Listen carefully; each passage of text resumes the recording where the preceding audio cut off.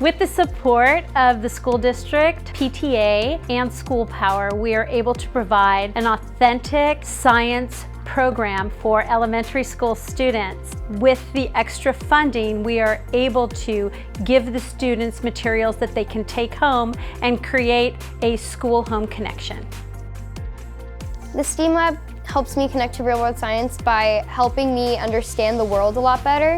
For example, we're currently learning about the 4 spheres, and I got to learn how hydrosphere can connect with the biosphere, and it was cool to finally understand it rather than be like, well, I just know this evaporates rather than what it actually does. You get to expose your inner scientist.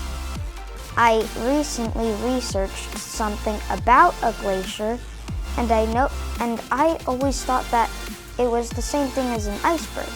But a glacier is way bigger, maybe 5 times the size of an iceberg. We can pretty much teach any science topic to any one of these kids with the materials we have. And when we come up with some good ideas, we know we can go right to School Power, or we can go to PTA and say, hey, can we have this budget next year? And they're so gracious with their money. And the district, gives us enough money to support everything also. So I know for me, it's just the appreciation with the huge support. I don't have to worry about anything. Well, what I enjoy about the STEAM Lab is it's very interactive. It's kind of like you're making these science experiments. We did the elephant toothpaste, and that was really fun because it exploded a little bit, but it didn't go as high because we didn't want to make a mess in the lab. And if you put it in these types of canisters that are angled, it can shoot up really high. We took different types of beads, and it kind of showed the process of photosynthesis, and there was a certain type of bead that changed color.